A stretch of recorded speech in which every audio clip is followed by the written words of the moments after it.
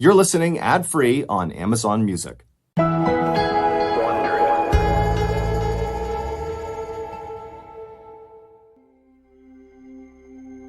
a late summer morning in 1977, a 5-year-old boy ran around the school playground with his friends.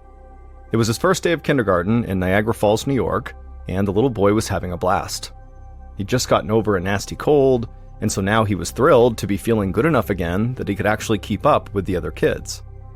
But as he chased after them over to the swings, the little boy began to feel strange. His head began to feel really heavy, and also he couldn't really concentrate, and then the next thing he knew, he was waking up in the school nurse's office.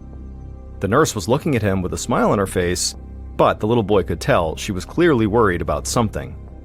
She told him he'd had something called a seizure. Now, the boy wasn't sure what that was, but just the way the nurse said it, he knew it had to be serious. Tears began to well up in the boy's eyes, and the nurse immediately told him that his mom was on the way and she'd be there soon. The boy wiped the tears away and tried to put on a brave face, but inside, he was terrified. He wanted to believe his mom would show up and make everything okay again, but at the same time, he had never felt so strange before in his whole life, and he knew deep down that there were some things parents just couldn't fix. He just hoped whatever was happening to him was not one of those things.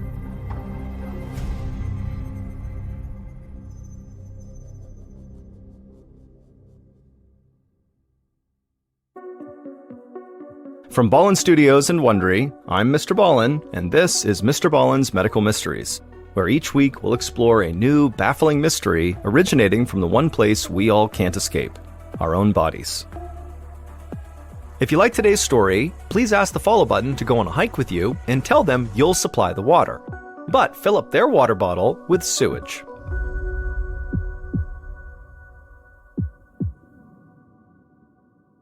This episode is called It Came from the Basement. In early September of 1977, 26-year-old Lois Gibbs held her son's hand as they left their house in Niagara Falls, New York. Michael was just 5 years old, and it was his first day of kindergarten, and as soon as they reached the front steps of the house, Michael broke free from his mother and ran across the front yard. Lois smiled at her son's enthusiasm as she adjusted her oversized glasses and tucked her brown hair behind her ears. Michael's father was already at work, so it was just the two of them walking the few short blocks to 99th Street Elementary School. And as they walked through the neighborhood, Michael looked up at all the smokestacks that dotted the landscape. He pointed out one of them and proudly exclaimed to his mother that that's where Daddy was. Lois smiled at her son and nodded. Niagara Falls was a big blue-collar city full of factories like those, and they were where most local people were employed, which included Lois's husband, who worked at the local Goodyear tire plant. It was hard work, and Lois appreciated everything he did for their family, even if he always came home smelling absolutely terrible. As Lois and Michael continued their walk to school, a neighbor who was out on their front porch called out hello and asked if the little boy was excited to be starting school. Lois knew this woman. She had a son the same age as Michael, but the best answer she could muster to this neighbor was just a nod and a smile, and then immediately Lois looked down and began fiddling with her necklace, which was something she did whenever she felt anxious. Truthfully, Michael was very excited about school, but his mother was just a little bit nervous to let him go. Michael was an active kid, but he was kind of fragile. He had asthma and a history of pneumonia and painful urinary tract infections, and these infections really made Lois feel helpless because she actually could not give Michael any medicine. Aspirin upset his stomach, and he broke out in a rash whenever he took it. Now, Michael was starting school, and Lois worried about all the new viruses and germs he'd be exposed to. Lois's neighbor continued to talk from her porch, and Lois tried to focus on what she was saying, something about the kids playing baseball that weekend, but her anxiety made it really hard to concentrate. And so Lois's mind wandered, and so did her eyes. And as she looked around, she saw kids running up the front steps of the school, and she noticed a man standing nearby the school with a few of the teachers, writing something down on a notepad and asking questions. Lois pointed at this man and actually asked the neighbor on the porch if they knew who this guy was. The neighbor glanced over and told Lois that that guy was a reporter for the local newspaper, which was called the Niagara Gazette. The neighbor guessed that the journalist was there to cover the first day of school. Lois nodded, but then also made a mental note to make sure she totally avoided him. He seemed perfectly friendly, but the thought of talking to a reporter made her extremely nervous. Lois waved goodbye to the neighbor and then watched as her son ran ahead to join the other children. Lois felt a mix of excitement and apprehension. Grabbing her necklace tight, she told herself everything would be fine, and then she turned and headed home. A few weeks later, Lois was at home with her sewing machine on the kitchen table, and Michael was at school. Lois was stitching some new drapes for the kitchen window when the phone rang.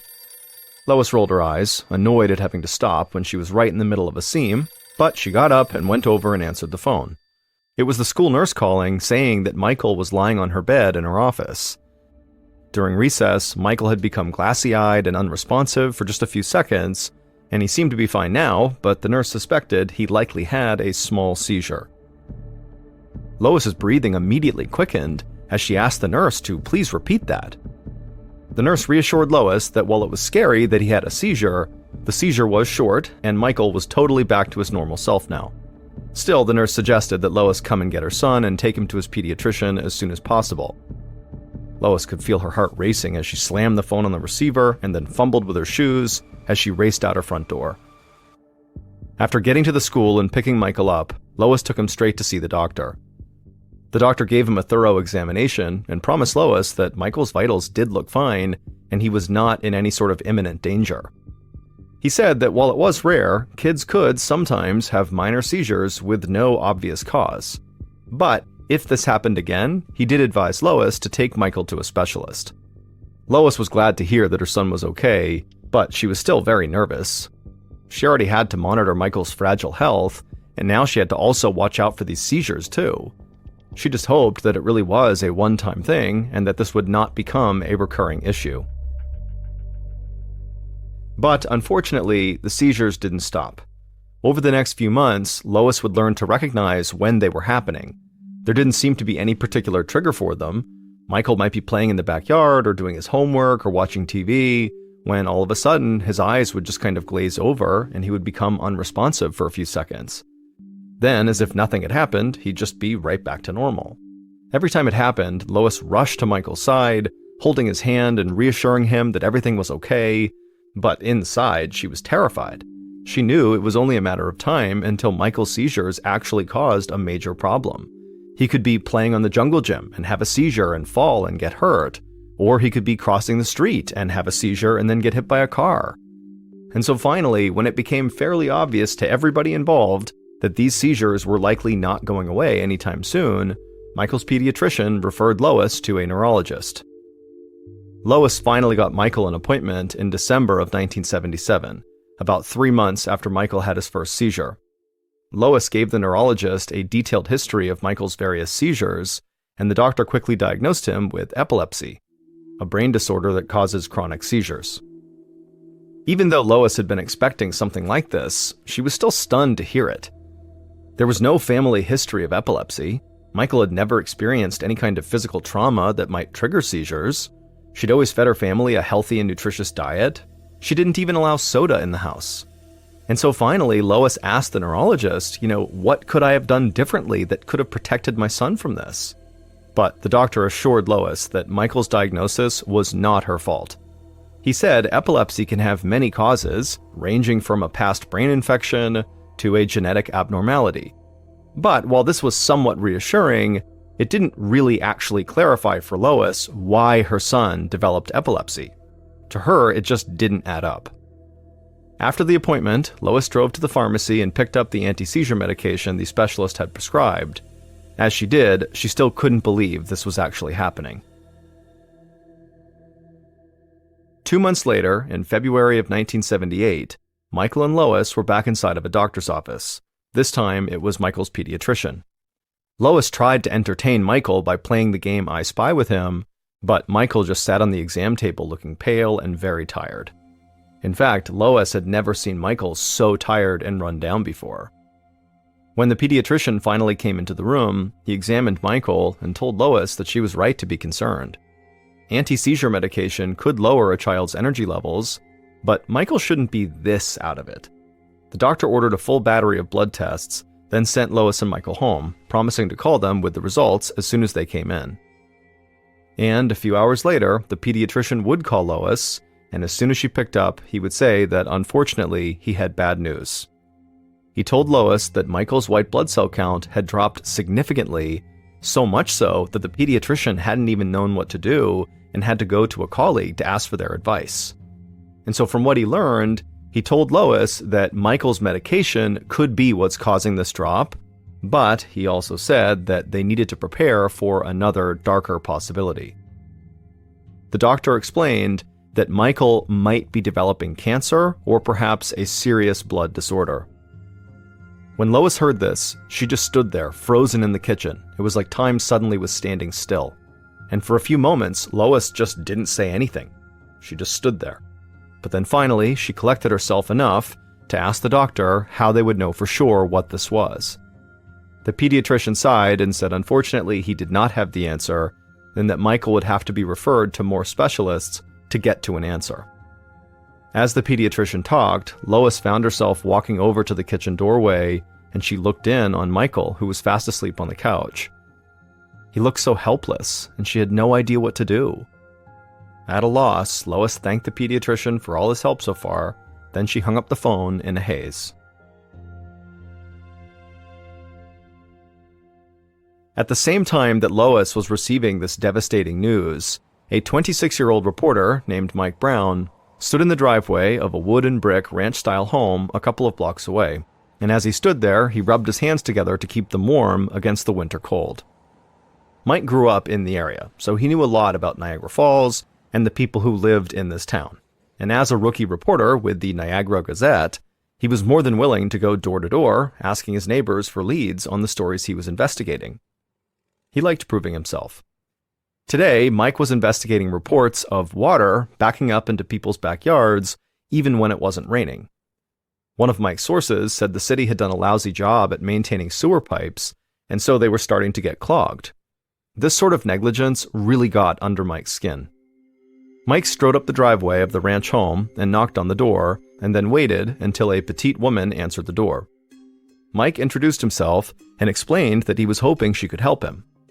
As soon as Mike brought up what he was investigating, reports of water backups, the woman just shook her head in disgust and then invited Mike to follow her into her backyard.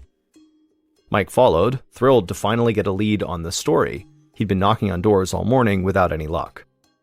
It was midwinter, so Mike did not expect to see standing water anywhere because there was too much snow on the ground. But this woman's yard looked like a frozen-over mud pit.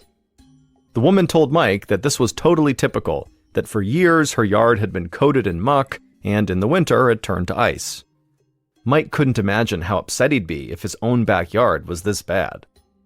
Then the woman pointed over to a large circular hole right in the middle of the yard.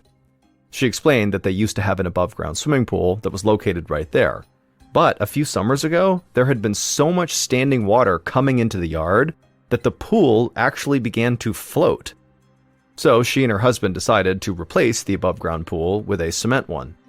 But when they dug the hole for it, the hole had filled up with rancid-smelling yellow, blue, and purple liquids. And so at that point, they decided to just stop with the pool, and they did not end up building one.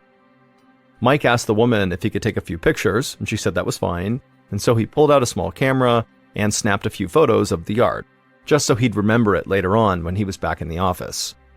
Then he thanked the woman for showing him the yard and said he would be in touch. After that, Mike grabbed a quick sandwich from the nearby gas station and then wolfed it down in his car while he looked over his notes. He had originally thought he'd be researching a story about bad drainage, but as he looked at his notes, he was beginning to think that maybe the problem here was bigger than that. He was certain that the strange, stinking liquid the woman talked about could not be normal flooding, but he would need to talk to more people to figure out what was actually going on. Half an hour later, Mike was back to knocking on doors around 99th Street. After trying a few houses, he finally connected with a middle-aged couple who, after hearing what Mike was researching, said they'd be happy to talk to him. The moment Mike entered their house, he could smell mold, but it wasn't the normal smell of mildew. There was something stale and sort of plasticky about it. A little alarm bell began ringing in the back of Mike's head. something was really wrong here. The husband, who was tall and had a beer belly, said he wanted to bring Mike down into the basement. But as soon as the husband opened up the door that led to the basement steps, the smell coming out of the basement was this horrible, rancid, wet smell that burned Mike's nose. Mike wondered if maybe this was the same smell that the petite woman he had spoken to at the other house smelled at the bottom of that hole in her yard. The husband and Mike began descending the stairs, but about halfway down, the husband stopped and just told Mike to look around. And so Mike would look around the basement, and right away he saw all this thick black sludge seeping in through the walls of the basement and kind of collecting in the corners on the floor. Mike asked the husband how long their basement had been like this, and the man said, they'd been trying to dry the basement out for about 20 years now. The husband said they had tried everything they could to clear out the sludge, but nothing had worked. The husband also said he called the city countless times to try to get them to help him, but he said nobody from the city ever called him back. This really upset Mike. This couple's living in a house full of this terrible smell and sludge for years and years, and the city had just ignored them. It was becoming clear to Mike that this neighborhood around 99th Street had a problem, and this story was definitely going to be a lot bigger than just a drainage issue. After thanking the couple for their time, Mike headed back outside, looking forward to take a deep breath of fresh air. But when he stepped out onto the stoop, the smell of mold he had smelled inside the house was now replaced with a different, sour smell. He scrunched his nose up and pulled his shirt collar up to his eyes and covered his mouth with his hand. As he approached the 99th Street Elementary School playground, he could taste the sour, chemical-like smell in his mouth. It made his throat sting, which made it hard to breathe, and by the time he reached the playground, Mike was actually wheezing from this sour smell. And that's when he looked out over the school playground and saw several pools of what looked like oil on the ground. Yet school was in session. He could see lights on in all the classrooms as though nothing was wrong. At this point, Mike was furious. It seemed obvious to him that something dangerous was going on here, and the city was clearly ignoring it. Mike turned on his heels and rushed back towards his car, anxious to get back to his office and start writing about what he was finding. A few weeks later, in April of 1978, Lois Gibbs, whose son Michael was epileptic and still very sick, anxiously stood in the school superintendent's office. She was clutching a few of Mike Brown's newspaper articles that had just come out that week in the Niagara Gazette. The articles explained that there were all these horrible smelling liquids that were collecting all around the neighborhood right around the elementary school, and so Lois was worried these liquids were what was making her son sick. Despite her natural shyness, Lois had actually called a meeting to talk over the situation with the superintendent. Lois slid the articles to the superintendent across his shiny oak desk, and she told him about her son's health issues. Even though Michael's health had stabilized and the doctors concluded he did not have cancer, he still wasn't getting better. And so after reading Mike Brown's articles, Lois had become convinced that these black sludge pools at the school must have something to do with her son's illness. Lois told the superintendent that she did not feel safe having Michael on school grounds until these black pools could be investigated by specialists. With tears welling in her eyes, she said that she was worried Michael was going to die. She wanted him transferred out of the school immediately. Across from her, the superintendent kind of dramatically leaned back in his oversized leather chair, and then a look of forced empathy came across his face. And this look kind of unnerved Lois, and she began fiddling with her necklace again, but she pressed on. She pushed 2 doctor's notes across the desk, trying to look self-assured. The superintendent looked at her, and then looked at the notes, and then his look of empathy disappeared, and his eyes narrowed as he told Lois that she was definitely overreacting. All the other students were just fine. The articles were mistaken. There was nothing wrong with the school. Lois tried to stay calm, and so in a sort of shaky but somewhat even voice, she told the superintendent that he was being way too casual with the health of the students at 99th Street Elementary School. But the superintendent just shook his head. No, that was not true. Then he slid the doctor's notes back across the desk and pointed his finger accusingly at Lois. He told her that he wasn't about to upend the whole school for one sick kid and a hysterical housewife. The words felt like a slap in the face to Lois. She didn't understand how anyone working in education could be so heartless, and so she grabbed her purse and stormed out of the room. As she drove home after the meeting, Lois felt shell-shocked, her thoughts flipping back and forth between rage and helplessness. But by the time she pulled into her driveway, she knew what she was going to do. Lois was going to reach out to other parents and let them know what was going on. Maybe she'd even tell the whole neighborhood. Heck, she'd go door to door if she had to. If she couldn't get her son transferred out of that school, well, then she was going to have that school shut down before any more children got sick.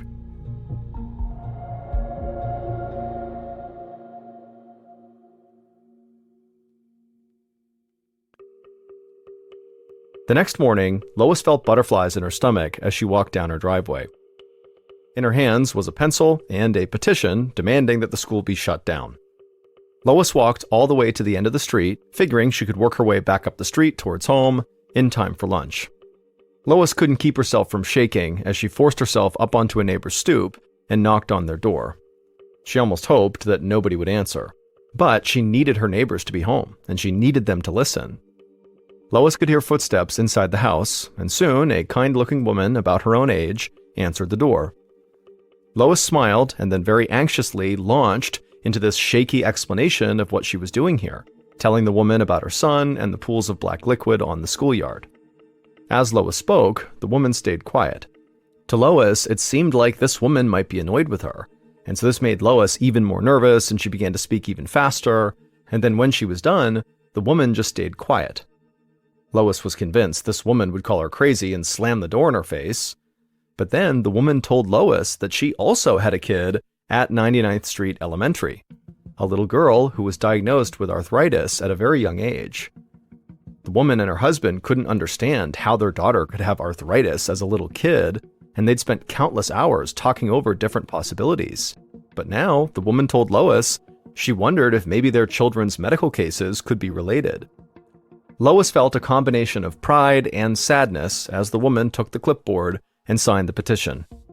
After that, Lois thanked the woman profusely and let this small glimmer of success boost her confidence as she headed to the next house. A few houses down, another woman came to the door. This time it was someone who was a bit older than Lois, and this woman would tell Lois that her own daughter, who was in her 20s, had recently had a miscarriage, and the daughter's seemingly healthy young husband had had a fatal heart attack soon after the miscarriage. And so the older woman did not need much convincing to also sign Lois's petition. By the time Lois was just halfway down the street, her petition was completely full of signatures. And so Lois was more convinced than ever that there was something wrong with this neighborhood and it needed to be stopped. A few months after Lois got her petition signed by basically everybody in the neighborhood, reporter Mike Brown waited behind one of the trees just outside of City Hall. He'd done this every morning since early April, and now it was almost summer.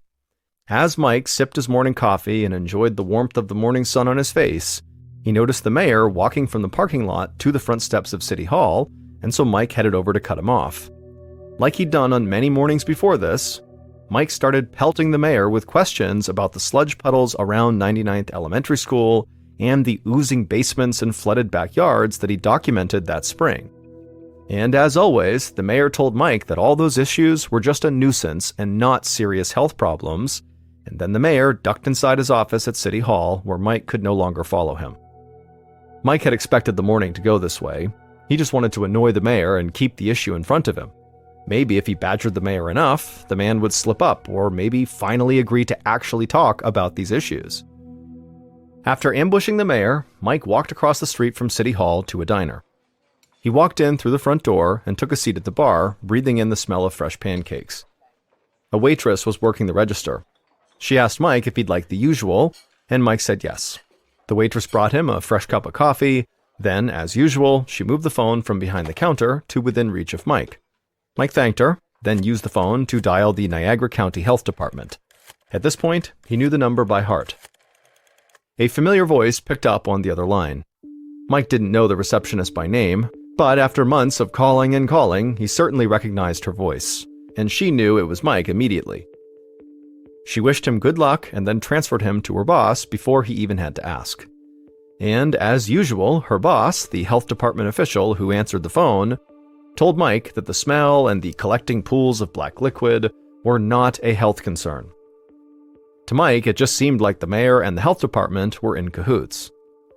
Mike hung up and dialed another number. This time it was for the Hooker Chemical Company, which was an industrial company that used to own the land that was adjacent to 99th Street. Mike had already approached Hooker Chemical through more formal channels, and company officials always told him that the black ooze flooding yards all over the neighborhood was not their responsibility. And other than that, they just refused to comment. So now Mike just called them every morning to remind them that he was not going away, and neither was this problem. By the time the receptionist at Hooker Chemical hung up on Mike, a plate of eggs and toast had arrived. Mike thanked the waitress, then drenched his eggs in Tabasco sauce and began to eat. As he ate, Mike barely noticed the neon orange piece of paper sliding onto the bar right next to him. He looked up to see a woman with brown hair and big glasses holding a stack of these orange pieces of paper. They were flyers.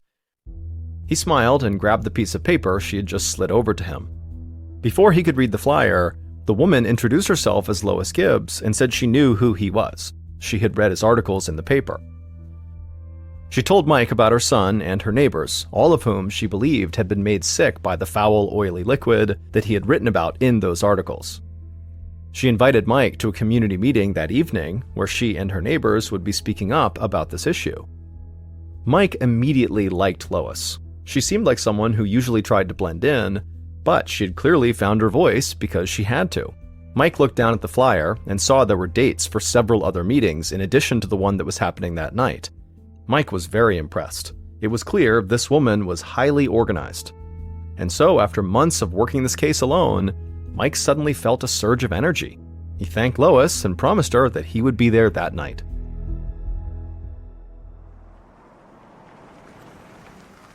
That night, Mike pulled up outside of a church that was in the next town over from Niagara Falls. Mike walked into the back of the church, then followed a few people downstairs into a big cinder block room with bright overhead lighting. Along the wall was a folding table that had some coffee and a few boxes of homemade cookies. The neon orange flyer said tonight's speakers would discuss a nearby industrial dump site for chemical waste. Mike was eager to better understand how these big industrial plants were disposing of their waste in general. Mike took a seat in a folding chair against the wall and then just kind of kept a low profile. He just wanted to listen tonight. First, a middle-aged, barrel-chested man stood up and thanked everyone for coming in. Then he made a few announcements before ceding the floor to a young woman. Mike guessed this woman was about 20 years old. She had a determined look on her face as she began telling the crowd about this chemical smell that had been lingering in the air around town. She said that this nasty odor was being caused by an old chemical dump site in town that had recently begun leaking. As the girl spoke, she began to cry because she was clearly very afraid of the fact that she had lived right next to this dump her whole life. She would tell the crowd that the area the dump was in was known by the unusual name of the Love Canal. Mike perked up at the mention of this dump site's name. In all the research he'd done in Niagara Falls, he'd never heard of the Love Canal. And so the moment the barrel-chested man stood back up to end the meeting, Mike shot up from his seat and nearly sprinted out the door. He could not wait to get to his office. 20 minutes later, Mike was back in his office, settling in for what he knew would be a long night of research. It only took a few days for Mike, running on almost no sleep, to uncover a horrifying history. A history that almost no one living in Niagara Falls suspected. Everyone knew that it was a factory town with its share of pollution problems, but what Mike had discovered was far worse than that. He learned that back in the 19th century, a New York businessman named William Love built a canal in the area that was meant to be full of water and produce cheap electric power for a city he wanted to build. But he never finished the project, and the canal just sat unused for 50 years like a big ditch. But in 1942, the Hooker Chemical Company bought the old canal to use as a dump site for their chemical waste. Then Mike was stunned to learn that the US military also began dumping chemicals in the canal. In just 10 years, almost 22,000 tons of chemical waste was dumped into the Love Canal. And after that, the Hooker Chemical Company abandoned the dump in 1953 and sold the land to the Niagara Falls Board of Education for just $1. But in order for them to buy it at just $1, there was a single condition: that Hooker Chemical Company could never be blamed for a lawsuit, injury, or death resulting from the toxic materials they buried in the canal. Mike could not believe the extent of this cover-up. Clearly, Love Canal is what had made Michael Gibbs, Lois's son, and so many other kids and people in this area so unwell. The elementary school and over 100 houses were built directly on top of thousands of pounds of toxic chemical waste. But Mike couldn't help but smile when he thought about the bombshell that was about to land on the front steps of City Hall as soon as his story about this cover-up was published. He thought of his new friend Lois and the other parents who'd been fighting to get 99th Street Elementary shut down, and for the first time in nearly a year, he felt like they really had a shot at making that happen. After Mike's expose on the Love Canal came out, Lois Gibbs led the entire Love Canal community in banding together and taking their fight to the health department. On August 2, 1978, the Department of Health officially recommended that the 99th Street Elementary School be shut down. More than 2 years later, on October 1, 1980, President Jimmy Carter signed a bill to permanently relocate all of the Love Canal residents to safe neighborhoods.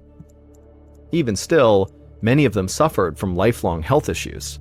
Eventually, more than $20 million in damages was awarded to the 1,300 residents affected by the Love Canal, which included Lois Gibbs' family. As for Lois's son, Michael, his illness would actually just disappear within just 3 days of leaving the 99th Street neighborhood. And Lois would go on to become one of the most prominent environmental activists in the United States, and in 2003, after 25 years of environmental advocacy, she was nominated for a Nobel Peace Prize. But even with Lois's amazing efforts to clean up the toxic waste, it had a devastating effect on the community. In total, between 1979 and 1996, it's believed that 725 people died due to exposure to toxic waste from Love Canal, though their death certificates listed other causes such as heart attacks and cancer. But thanks to advocates like Lois Gibbs and Mike Brown, the Hooker Chemical Corporation was forced to spend almost $400 million cleaning up their enormous mess.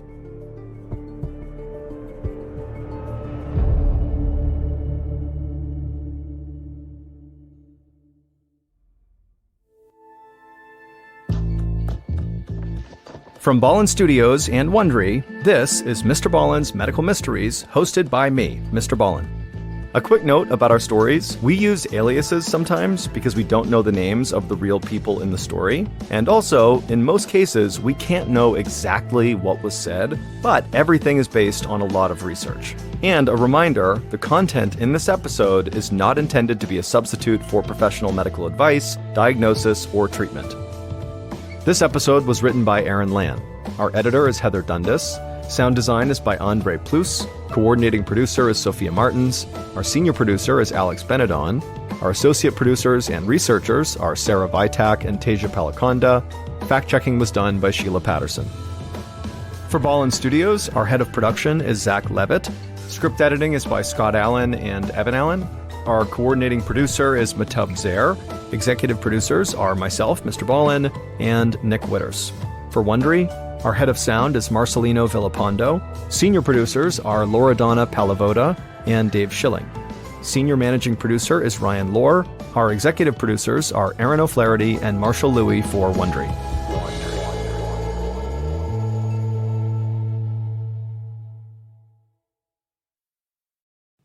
You're listening ad-free on Amazon Music.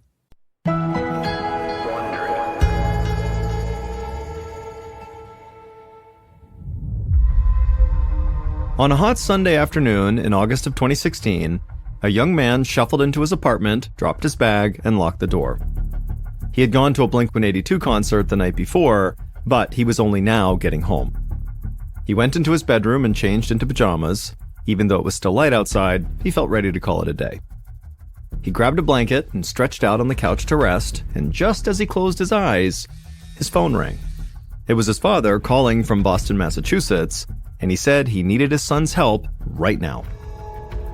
Seconds later, that young man was up and sprinting out the door of his apartment, still wearing PJs. He jumped into his car and sped down the street. 6 minutes later, he skidded to a stop in front of an office building. He ran inside and waved at the security guard as he ran past the desk, shouting that he'd explain later, and then he ran all the way to the back of the building to a large, heavy safe locked with a keypad. He flipped open a panel and quickly punched in the password. Besides his father, this young man was the only one who knew this code. Inside the safe, he grabbed a small box. Then he shut the safe, locked it, and ran back down the hallway out of the building back into his car. Then he drove like a man possessed to the Florida Hospital for Children, weaving around traffic, gunning through yellow lights, and totally ignoring the other drivers who honked at him. When he pulled up to the emergency entrance at this hospital, he glanced at the dashboard clock. He knew he'd gotten there fast, but he just didn't know if he'd been fast enough.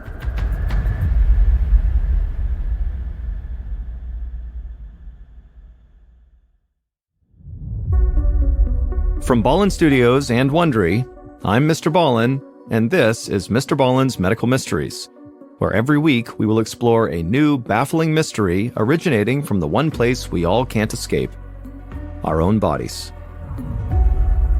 If you like today's story, please invite the follow button over your house for a spaghetti dinner, but instead of serving them red sauce, just dump a whole bunch of ketchup on their noodles. On this show, many of the stories we cover are about rare diseases that take people completely by surprise. But sometimes, a condition is so rare, so unexpected, it's hard to believe something like that even exists. But as the people in today's stories find out, they are all too real. On this episode, we have two stories about people who face overwhelming odds against rare, terrifying diseases. Our first story is about a teenage boy whose family vacation to visit his favorite theme parks goes horribly wrong. Then you're going to hear about a young woman whose life is turned totally upside down by a minor kitchen accident.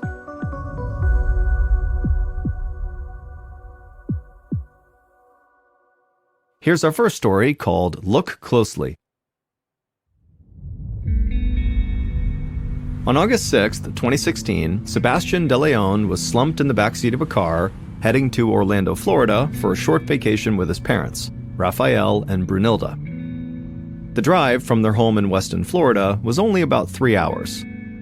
But to 16-year-old Sebastian, the trip felt much longer.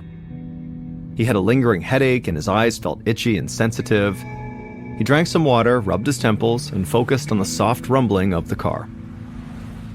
Sebastian wondered if his headache might be from getting too much sun the day before, since he'd spent the whole day swimming with friends in a lake. But Sebastian worked most of the summer as a camp counselor, so he was outside all the time in the sun, and it never really seemed to bother him, so it didn't make sense to him why yesterday would be any different. Whatever the reason, Sebastian was just totally annoyed at feeling so out of it. He'd been looking forward to this trip to Orlando for weeks.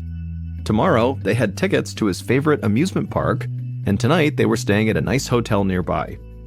It seemed like the perfect dose of late summer fun before school started next month, but Sebastian was worried that he might not feel well enough to even enjoy it. Sebastian groaned, made a pillow out of his duffel bag, and tried to rest. Maybe by the time they got there, the worst of this would be over. But a couple hours later, Sebastian's head was still pounding as his father parked in front of their hotel. Sebastian's parents unloaded the car, and then they all headed up to their room. Sebastian's parents, Raphael and Brunilda, unpacked and got dressed for dinner, but Sebastian felt too dizzy to even think about food. So he crawled into bed and told his parents to go eat without him. He wasn't hungry. Sebastian curled up in the bed, put his blanket over his head, and hoped a good night's sleep would set him straight. But the next morning, Sebastian's head hurt even worse. And now his eyes were starting to ache as well. Even the soft glow of sunlight through the hotel window felt blinding. Sebastian asked his mom to please shut the blinds, but she told him they were closed. Plus, it was cloudy outside. Brunilda sat next to him on the bed and put her hand on his forehead to check if he was feverish. Sebastian winced in pain when she touched him. His skin felt prickly and hypersensitive. Even the bedsheet against his body was very uncomfortable. Sebastian tried to sit up and get out of bed, but the covers suddenly felt too heavy for him to even move. Sebastian felt confused and overwhelmed. He'd never felt so weak and uncomfortable before. It even felt hard to form clear thoughts. He heard his mom making a phone call, then his dad came in and sat beside him. Raphael told Sebastian they were going to take him to a nearby hospital. They had decided that his condition seemed too serious to wait until they got home to deal with. Sebastian's dad helped him get out of bed and get dressed. When his parents opened the hotel room door, Sebastian moaned in pain from the light and turned away. Even with his eyes closed, the light felt almost unbearable. His dad pulled a pair of sunglasses from his shirt pocket and put them on Sebastian's eyes. Then he helped him walk unsteadily down the hallway towards the parking lot. The family reached their car, and Sebastian crawled into the back seat. He heard his parents whispering to each other as they drove away from the hotel. Then Sebastian slipped into a haze. That afternoon, a lab coordinator at the Florida Hospital for Children, named Sheila Black, was drinking coffee between tasks when she heard a knock at her door. It was an assistant nurse with a sample of spinal fluid and Sebastian's patient file. Doctors suspected the young man had meningitis, which is an inflammation of the spinal cord caused by a bacterial or viral infection. One of its most revealing symptoms is sensitivity to light. To test for this disease, Sheila needed to examine the sample of Sebastian's spinal fluid. Sheila thanked the nurse, took the sample to a microscope, and squeezed a dropper of the fluid onto a slide. Then she slid the slide beneath the lens and adjusted the focus. The first thing she saw was that Sebastian's spinal fluid was clear, not cloudy. Spinal fluid is usually clear, but it turns cloudy when it's infected by meningitis. Sheila made a note on the spinal fluid container that Sebastian tested negative for meningitis, but decided to keep studying his sample under the microscope a little bit longer. Overall, the sample looked the way it was supposed to. It was clear, colorless, and scattered with little white blood cells. And so Sheila really had no idea what could be making Sebastian so sick. She scanned through Sebastian's files looking for clues. She noted his age, but then read further to where it mentioned Sebastian had gone swimming in a lake the day before his symptoms started. Going swimming in a lake was not unusual for a Florida teenager, but Sheila had recently attended a seminar about a rare type of microorganism that lives in warm freshwater lakes. When that microorganism enters the human body, it could cause an infection that seems like meningitis, but it's actually much worse. An 11-year-old boy died from this microorganism infection at her hospital only 2 years before, and so Sheila had never forgotten how heartbreaking it felt to be so powerless as that young child slipped away. Sheila hoped her hunch was wrong, but there was only one way to find out. Sheila took another sip of coffee and then leaned in and peered into the microscope again. She stared at Sebastian's spinal fluid sample for a long time, looking for one telltale sign. She couldn't allow a repeat of what happened last time. Then, suddenly, Sheila saw a flicker of movement in the sample. She blinked and looked closer. It happened again. A tiny bulge on one of the white blood cells wiggled. Maybe these were not actually white blood cells. They were something else. Something alive. Maybe they were the very organism she was afraid that Sebastian could have been infected by. Sheila called Sebastian's doctor and told him what she'd just found. If this was what she thought it was, unfortunately, Sebastian was facing a death sentence.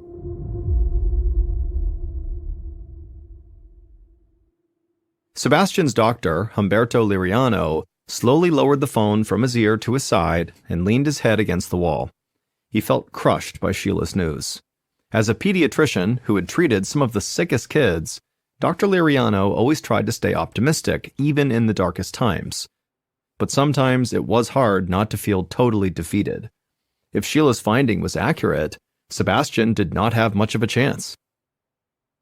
Dr. Liriano had treated this same infection 4 other times, and in all 4 cases, none of the patients survived. Still, he felt a deep sense of duty to never give up. No matter how unlikely Sebastian's chance of survival was, Dr. Liriano resolved to fight with everything he had. He made some calls to get a team in place, and then he had Sebastian moved to a room in the critical care unit, and then he went to study Sheila's lab results more closely. And right away, Dr. Liriano could tell from looking at Sebastian's spinal fluid that Sheila's fears were right.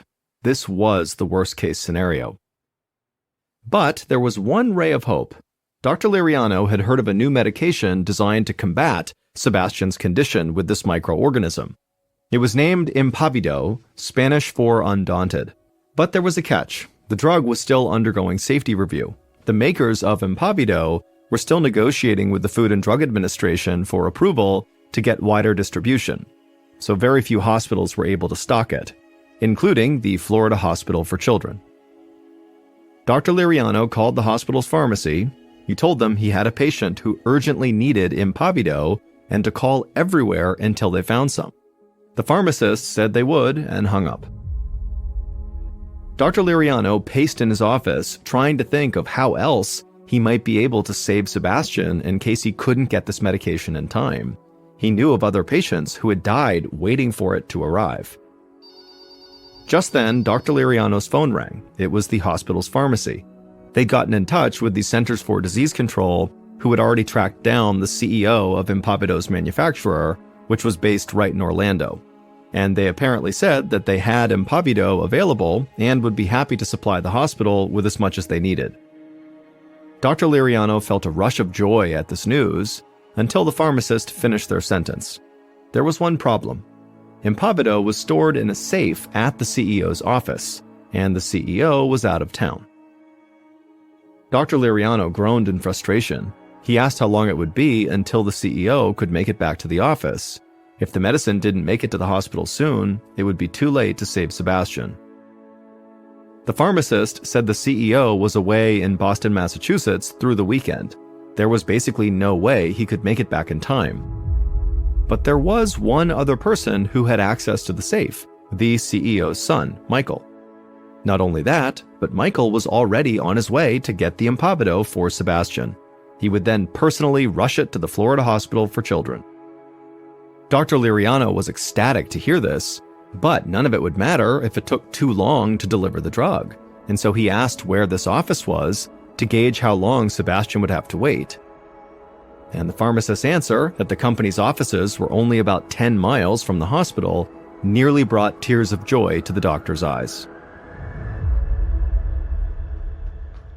After he hung up with the pharmacist, Dr. Liriano ran to the ER. When he got there, he assigned a nurse to wait by the entrance for the CEO's son, Michael, and the second he got there, this nurse was supposed to take the drug from him and rush it up to the critical care unit where Sebastian was.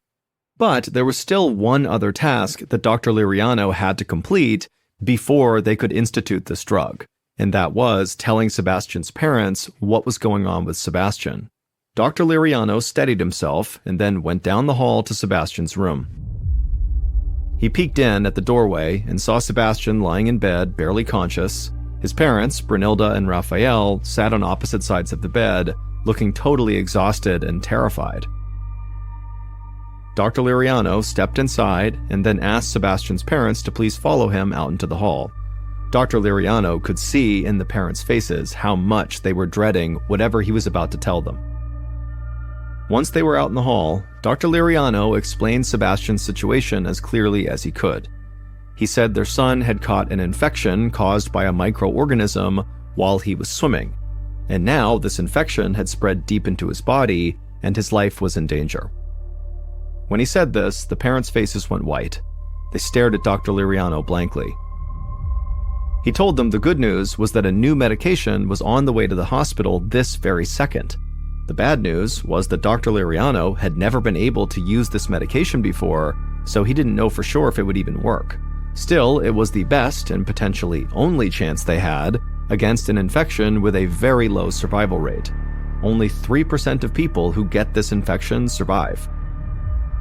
Dr. Liriano gave the parents a few minutes to absorb this terrible news. Then he explained that in order to use this new medicine, they would have to put Sebastian into a medically induced coma, taking him to the brink of death in order to save his life. So if they wanted to say anything to Sebastian, now was the time. There might not be a later. Brunilda and Raphael nodded and went back into their son's room. They stood on either side of his bed and held his hands. His mother, Brunilda, cried as she told him what a perfect boy he was and that he was going to be just fine, medicine was on the way that would help him, and God was looking out for him, Sebastian's father, Raphael, made the sign of the cross and squeezed his son's hand.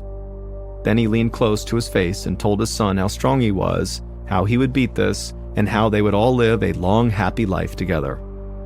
Dr. Liriano was very moved by the parents and what they were saying to their son, but at some point he stepped in and asked Brunilda and Raphael to please leave the room, and then he had his nurses prep Sebastian for the medically induced coma, which required them to drastically lower Sebastian's body temperature. The team jumped into action, prepping IVs and hooking Sebastian up to various monitors. Dr. Liriano made sure everything looked good and headed out to the reception desk to wait for the impavido. The whole floor was tense with anticipation. Then the elevator at the end of the hall dinged. Dr. Liriano heard rapid footsteps, and suddenly a nurse sprinted around the corner holding a package. It was the impavido that Michael had brought. Dr. Liriano looked at his watch. He had called the pharmacy less than half an hour ago. Sebastian still had a chance. He ran back to Sebastian's room and quickly opened the container holding the impavido pills. Once Sebastian had taken them, an anesthesiologist sedated him. Within moments, Sebastian was asleep. A nurse gave him an IV drip of cold saltwater solution, while another wrapped him in frozen blankets. Dr. Liriano paced while keeping his eyes glued to Sebastian's monitor. This process would give the medication more time to work, but it was always very dangerous to cool a body so rapidly. Sometimes organs reacted very unpredictably. Within the hour, Sebastian's body temperature was down to 91 degrees Fahrenheit, and Sebastian was officially comatose. Once Sebastian's breathing began to slow, Dr. Liriano gently fed a tube down his throat to help his body maintain a steady flow of oxygen. So far, the procedure had gone exactly as planned. All they could do now was wait and hope.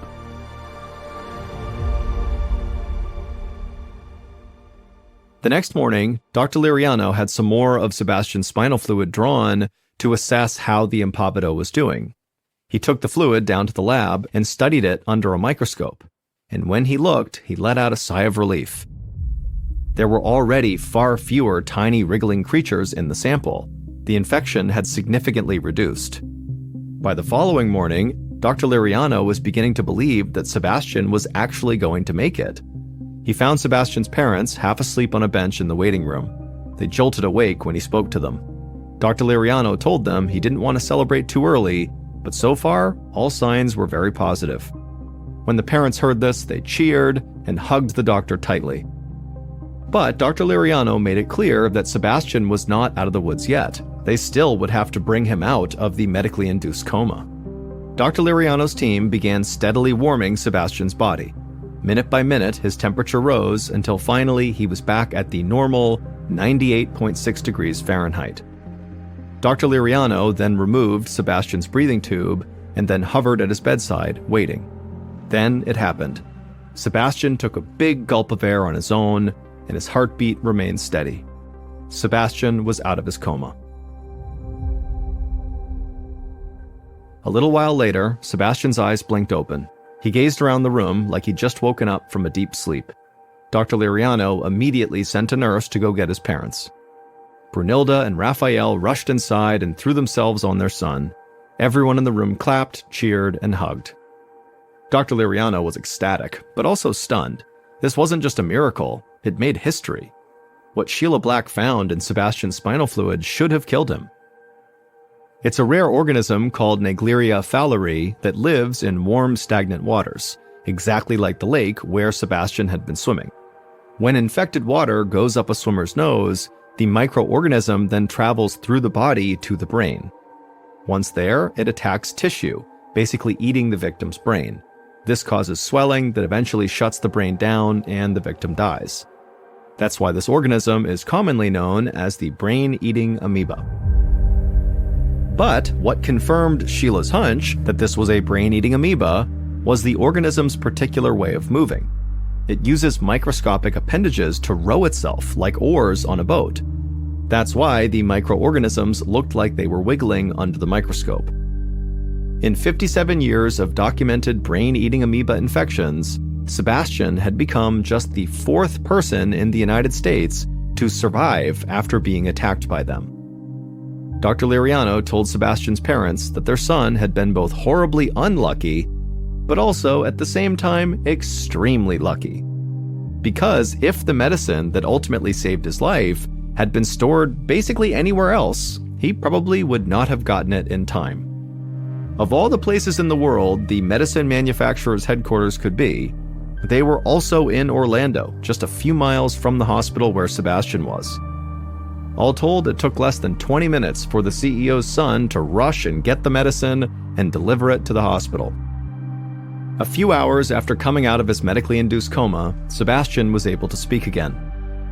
It took 2 years for him to regain all his motor skills, but eventually he made a full recovery.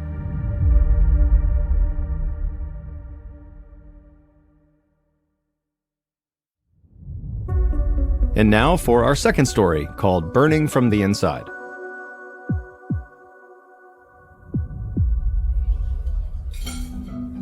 On a Sunday night, just after Christmas in 2015, 27-year-old Kayla Hansen weaved through the crowded dining room of Grimaldi's, a popular Italian restaurant in Peoria, Arizona.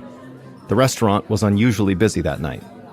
As the manager, it was up to Kayla to keep things organized. So she was doing a little bit of everything, helping out the waitstaff, checking on customers, and generally just making sure everything was running smoothly. For someone less experienced, this whole night might have been totally overwhelming. But Kayla was a veteran and workaholic who regularly put in 60 or 70-hour weeks. She was totally in her element. Closing time was fast approaching, so Kayla grabbed an order of pasta and raced out of the kitchen. As she crossed through the doorway, though, she let her guard down for a second and collided with one of her servers.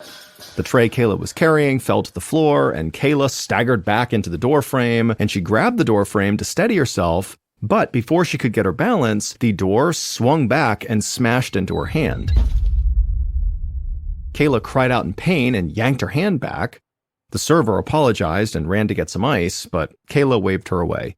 She wasn't bleeding, and she figured she just didn't have time to ice a minor injury like this. Kayla's hand was in a lot of pain, and she could feel it aching right away, but she shrugged it off and helped the waiter clean up the food that had spilled. Then Kayla finished up her shift and headed home, ready to get some sleep. The next morning, Kayla woke up and felt a throbbing pain in her right hand.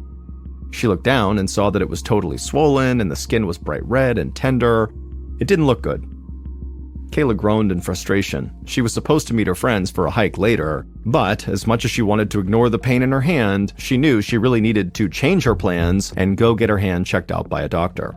So she texted her friends and said she would not be able to go on the hike that day, and then she called her primary care doctor and got an appointment for later that day. By the time Kayla got to the doctor's office that afternoon, her hand was really hurting. But when the doctor examined her hand, he told Kayla she had just bruised the soft tissue. Her hand wasn't broken, so the swelling would eventually go down and she'd be fine. Kayla was totally relieved to hear this. It would have been extremely difficult to work at the restaurant with a broken hand. So Kayla figured she'd get better in a couple of days and really just kind of stopped thinking about her hand. It still hurt, but it didn't feel like an urgent matter. 2 weeks later, Kayla was in her bathroom getting ready for the day, trying to brush her hair with her uninjured left hand. Her right hand, the damaged hand, was still swollen and tender, even though it had now been 2 weeks since she hurt it.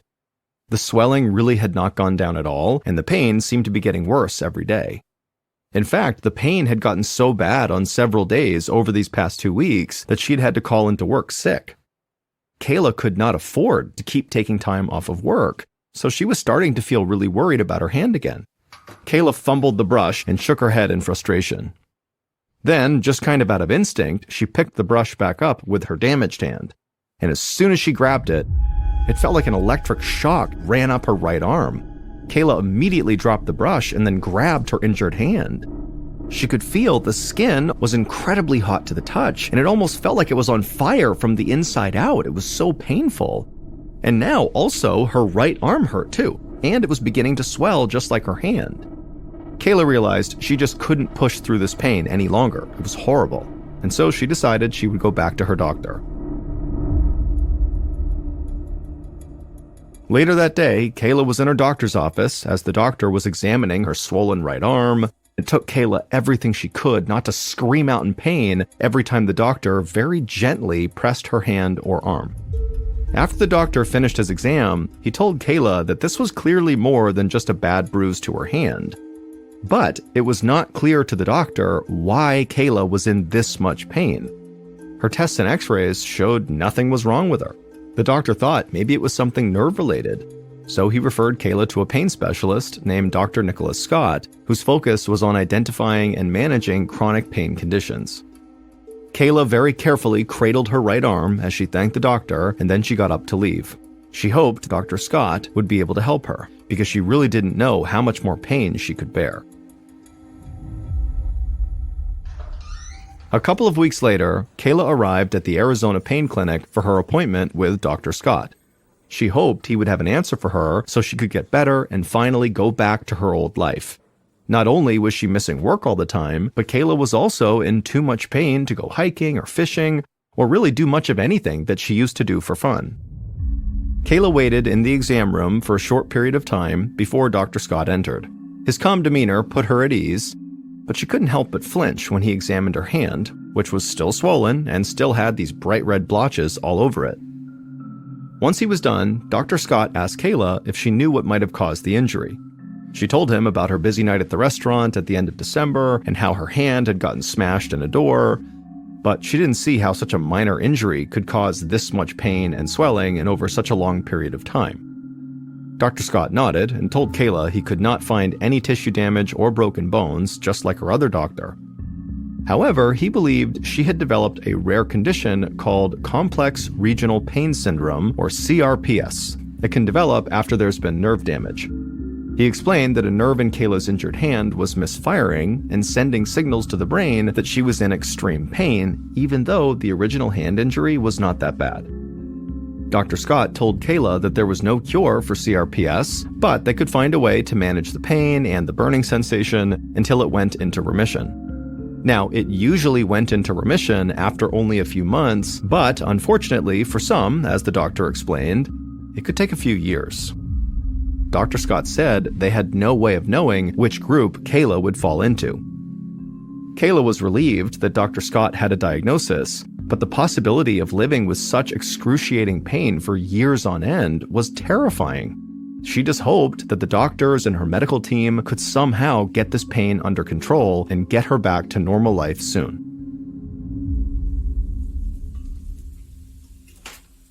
About 9 months later, on December 16, 2016, Kayla was in her kitchen struggling to cook some dinner. None of the pain treatments that Dr. Scott tried had worked. Over the past few months, the horrible burning pain in her right hand and arm had spread across her feet, hips, knees, neck, even her head. Basically, Kayla felt like she was on fire 24 hours a day, 7 days a week. Kayla had lost count of how many times she'd been to the emergency room, but no matter what the doctors tried, the pain never lessened. She could barely get out of bed, she'd had to quit her job, and now she was relying on her family to help her financially. Kayla had worked so hard for so long to build her life, and now it was all crumbling all around her, and it seemed like there was nothing anyone could do to help her. Even worse, really dark, depressing thoughts began to cloud her mind every day.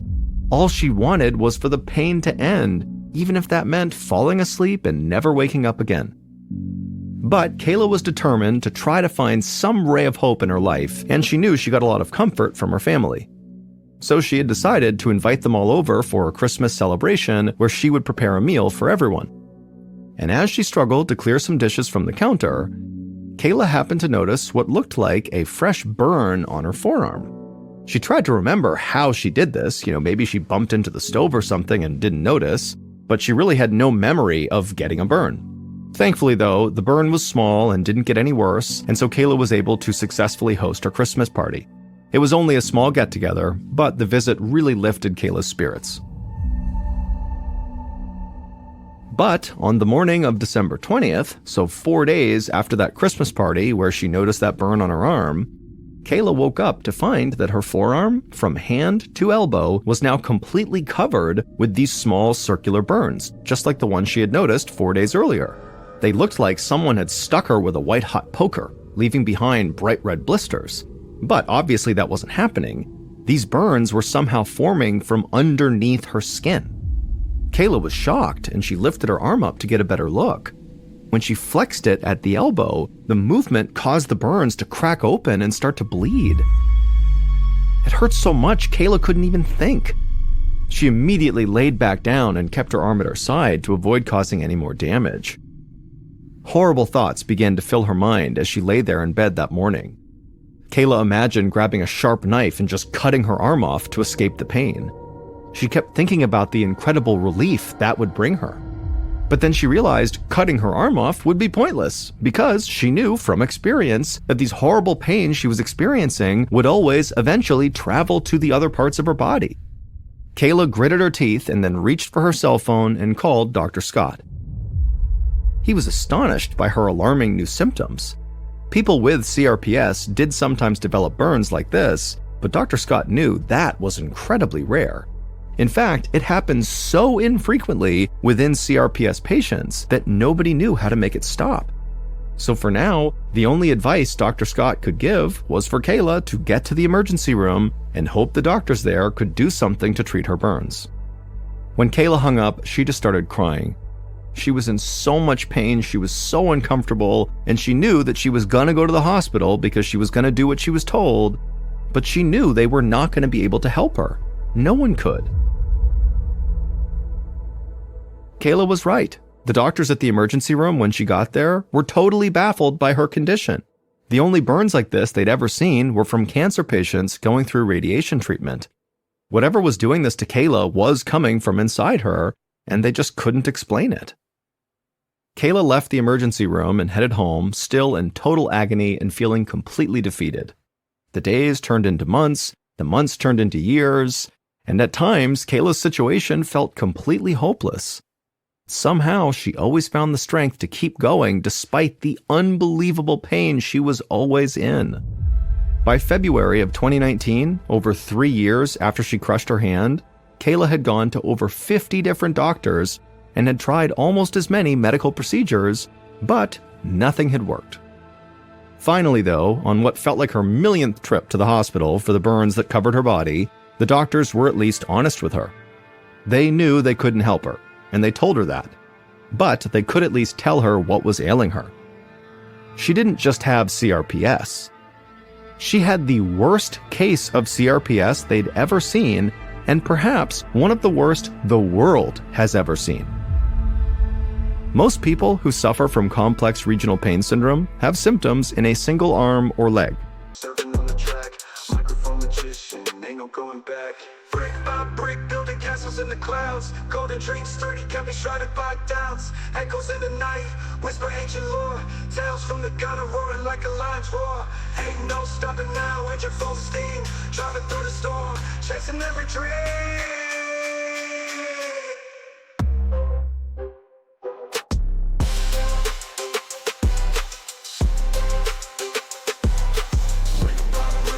Castles in the clouds, golden dreams sturdy, keep me shrouded by doubts. Echoes in the night, whisper ancient lore.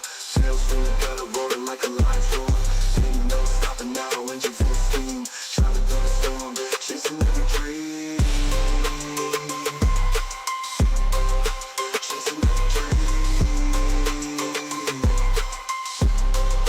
Chasing every dream. Chasing every dream. Chasing every dream. Chasing every dream. Chasing every dream. I'm racing to keep them in the cage. Working on the matrix, tearing in the page. Place a blank canvas, painting in the dark. Rain of those rising, finna leave a mark. Rain of those racing, can keep them in the cage. Working on the matrix, tearing in the page. Place a blank canvas, painting in the dark. And the finna leave a mark. Rain of those racing, can keep them in the cage. Working on the matrix, tearing up the page. Place a blank canvas, painting in the dark. Rain of those rising, and the finna leave a mark. Unfortunately for Kayla, she suffered from symptoms across her entire body. In other words, she had a unique version of this very rare disorder. One doctor described it as stage 4, the most severe and painful form of CRPS. Kayla had long since learned why doctors sometimes call CRPS the suicide disease, but the doctor spelled it out in agonizing detail. The pain experienced by victims of CRPS can be worse than childbirth, broken bones, or even amputations. The suffering can get so intense that up to 40% of CRPS victims express a desire to want to kill themselves to get rid of the pain. Kayla winced at that last detail because she knew she fell into that 40%. She had had those dark thoughts. And in fact, lying in the hospital bed at that very moment, she couldn't help but think about dying and how really it would be so much easier to just die, because then she wouldn't feel the pain and she'd stop being a burden to her parents and family. Over the next few days, doctors and nurses streamed in and out of Kayla's room really just to see the patient with the extraordinary case of CRPS. Some even took pictures of her just for documentation. Kayla started to feel like she was not really a patient and more of an animal in a zoo exhibit. Then eventually, Kayla's doctors discharged her from the hospital after this latest flare-up subsided, but they were unable to offer any further relief from her crippling full-body pain.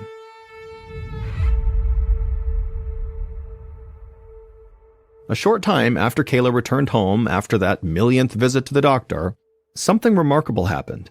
All of a sudden, for no clear reason, the pain just started to lessen.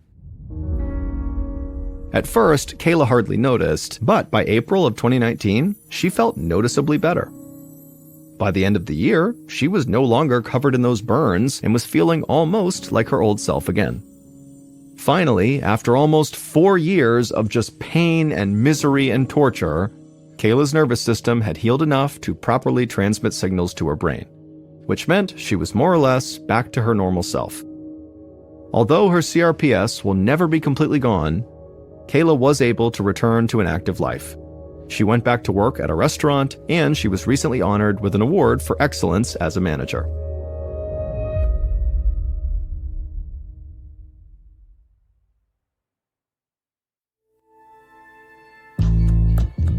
From Ballen Studios and Wondery, this is MrBallen's Medical Mysteries, hosted by me, MrBallen.